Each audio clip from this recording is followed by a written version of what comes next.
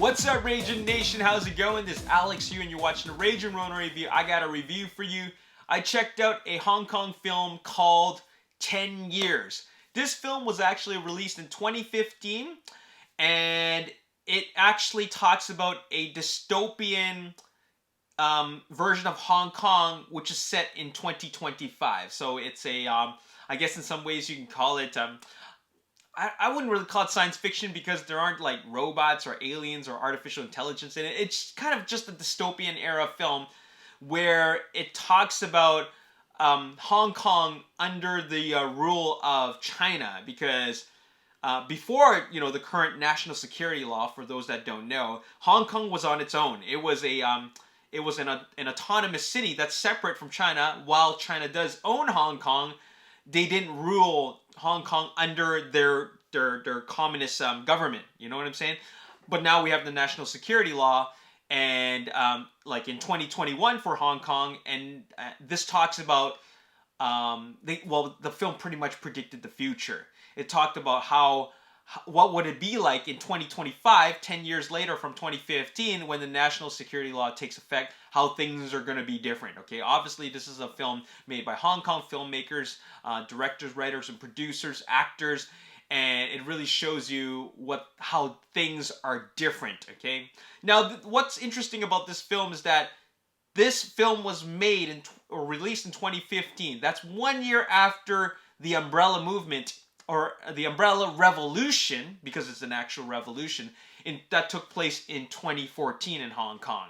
So after the revolution happened, the filmmakers went to work, and then they made a movie, or rather 5 short films, that is set in 2025 to show the people of Hong Kong and the world what it's going to be like if China takes over.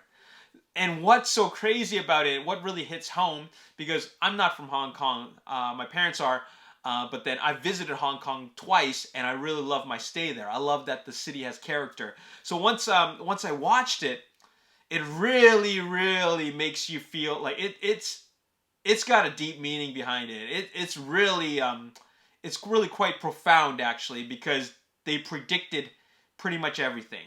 They predicted how it almost feels like the film the film in the novel 1984. You know what I'm saying? How Big Brother is watching you, and there's no real freedom, and a lot of things are banned and censorship and all that.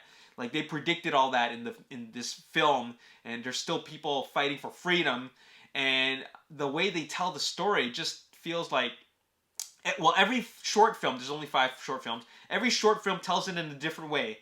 And each one does it differently, but everyone does it in a way that really makes you think about how things will have changed, or have changed already, because it's happening now. So I gotta also mention that while there are 5 short films there, I didn't like the second one.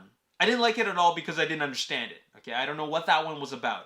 So now, the other 4 short films, they were pretty good. They're quite interesting. This film, 10 Years, has a score of 100% on Rotten Tomatoes with 7 reviews. I will actually give it I'll give it an 8 out of 10, because there were actually 3 short films that I really, really liked. One of them was superb, really outstanding. It was really, really deep. The first one, on the other hand, was okay, but I still felt that the other 3 in the end, the 3rd, 4th, and 5th short film, really made up for it, because those ones were really, really profound in talking about how things would be different. It's really thought-provoking. It really is. It really makes you think about, what is the fate of the city once this place has this national security law has taken effect, which it already has now, and things are slowly going to deteriorate, which is really going to happen. So what an interesting what an interesting take on this subject matter, and having the creative decision rather, to have it take place in 2025 after the national security law has taken effect. that really is that's really something something interesting. So yeah. Anyways, that's all I gotta say. I recommend it. I really, really do recommend it. There's some really great stories in there, and it really makes you think, especially if you are Chinese. Okay. Anyways, my name is Alex. Thank you so much for watching. I'm giving it an 8 out of 10, and I'll see you next time. Peace.